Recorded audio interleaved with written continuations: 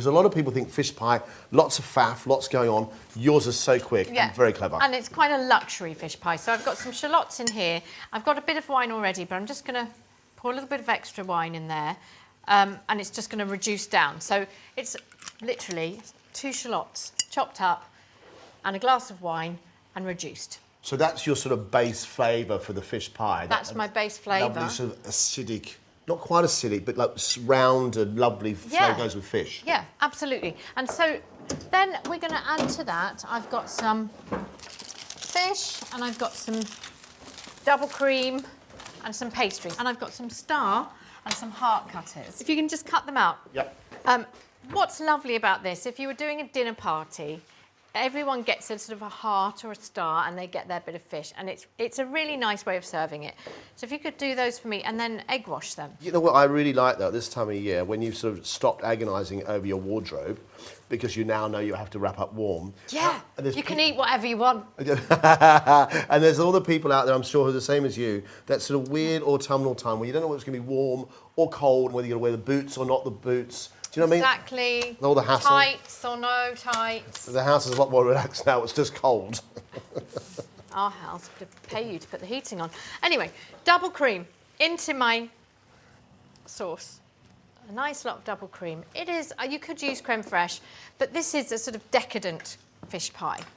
And to this, I'm going to add a nice big spoonful of mustard. Dijon mustard. Obviously, I'm going to add some parsley and some tarragon. So in here, I have got beautiful fish. I've got some monkfish, I've got salmon, I've got haddock. Try that board. Thank you. But whatever you want to put in, so you could actually just go to your fishmonger and say, any offcuts, whatever offcuts you've got today, I'll take them.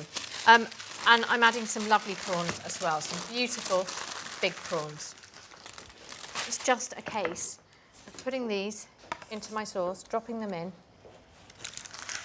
letting them fall as they should.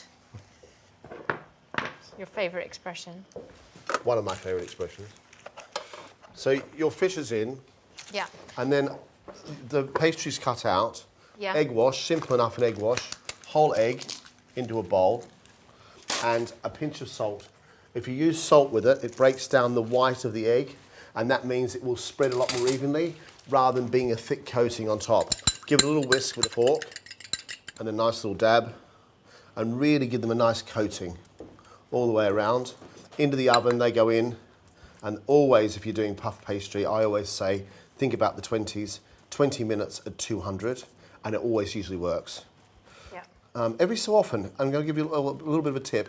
Every so often, you probably need to check your temperature of your oven. You can buy little thermometers now that you can just drop inside your oven, because a lot of ovens actually aren't always up to temperature, and that's why... No, that's true. That's why they're all so different. Yeah, and that's why a lot of people find when they say with recipes, oh, I put it on at 200 degrees, but it didn't brown. Sometimes your oven's not quite to temperature. So in the oven it goes. Yep. And if you wanted to have a really deep colour to those pastry tops, just use egg yolk. Yeah, or you could season them and put seeds across the top and all sorts of things. You could do lots of different things. Oh, what's that you've got there, Lisa? Oh, Jono, it's my favourite herb. Tarragon. A little bit of tarragon. Lovely sort of, if you haven't had tarragon, it's very, very light and a seedy flavour, but also sweet, and just, you don't need a huge amount. And the simple rule is, if your herbs are soft, like parsley and tarragon, throw them in at the last minute. If they're hard, like rosemary and sage, you start the start of the cooking process.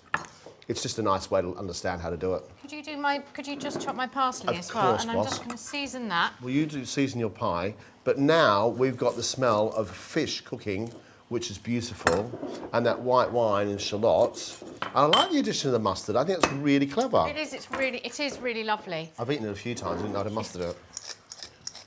Didn't you? No, I had no idea. Well, I don't.